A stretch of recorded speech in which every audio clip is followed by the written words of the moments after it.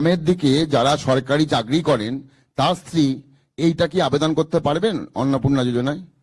সরকারি চাকরি করেন, সে শিক্ষক হতে পারেন বা পার্মানেন্ট সরকারি কর্মচারীর ক্ষেত্রে তো তার স্ত্রীর কথা বলছি স্কিম নেই স্যার। তার সরকারি কর্মচারীর ক্ষেত্রে তো যে স্থায়ী সরকারি কর্মচারী তিনি না, পাবেন আমি সেটা বলছি না স্যার, মানে তার স্ত্রীকে মানে পাবে কি? ক্যাজুয়াল পার্ট টাইম এরা পাবেন তো স্যার আমি সরকারি কর্মচারী বলছি না। যারা যারা ক্যাজুয়াল কন্ট্রাকচুয়াল পান, নট পার্মানেন্ট, তাদের পরিবারের ক্ষেত্রে কোনো বার নেই, সবাই পাবেন। পার্মানেন্ট কোনো আমি ক্যাটাগরির কথা বলবো না, পার্মানেন্ট যিনি করেন, পার্মানেন্ট চাকরি যিনি কেন্দ্র বা রাজ্য সরকারের, তিনি পাবেন না। ওনার ভাই স্ত্রী পেতে পারেন, ওনার বাড়ি ওনার বোন পেতে পারেন, কোনো রেস্ট্রিকশন নেই। যারা যোগ্য বিবেচিত হয়েছেন তাদের বয়স 25 থেকে 60 বছরের মধ্যে হতে হবে, আগেই বলা আছে। কেন্দ্রীয় বা রাজ্য সরকার, কোন বিধিবদ্ধ সংস্থা, সরকারি আন্ডারটেকিং, পঞ্চায়েত, পৌরসভা, সরকার, সরকারি সাহায্যপ্রাপ্ত শিক্ষা প্রতিষ্ঠান অর্থাৎ শিক্ষক, শিক্ষাকর্মী,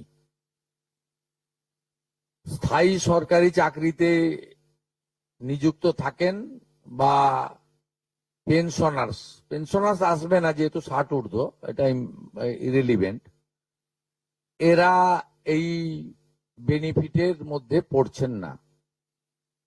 তাছাড়া যারা আয়কর প্রদান করেন, অর্থাৎ এখন আয়করের ঊর্ধ্ব সীমা হচ্ছে 12 লক্ষ টাকা বছরে, 12 লক্ষ টাকা পেরিয়ে গেলে আয়কর দিতে হয়। যে পরিবার আয়কর দেন, অর্থাৎ যার বাৎসরিক আয় 12 লক্ষ টাকা, সেই পরিবার এই কর্মসূচি অন্তর্ভুক্ত হওয়ার সুযোগ পাবেন না।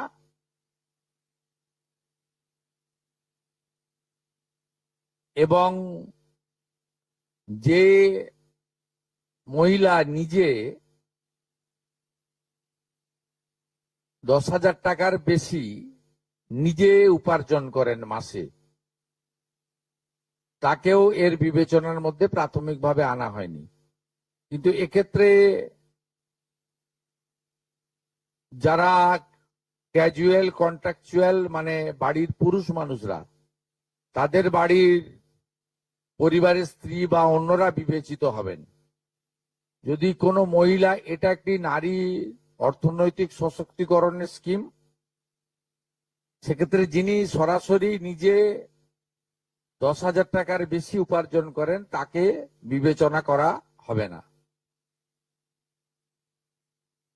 25 থেকে 60-এর মধ্যে যারা 3,000 টাকার কম ভাতা পান, ধরুন উইডো পেনশন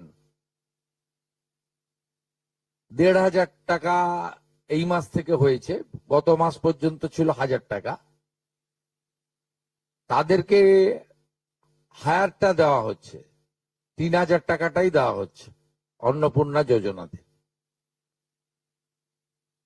এই ধরনের যত স্কিম 25 থেকে 60 মহিলাদের রয়েছে, যারা 3,000 টাকার কম পান বিভিন্ন ভাতা, তাদেরকে 3,000 টাকার অন্নপূর্ণা যোজনার ভাতাটাই দেওয়া হচ্ছে।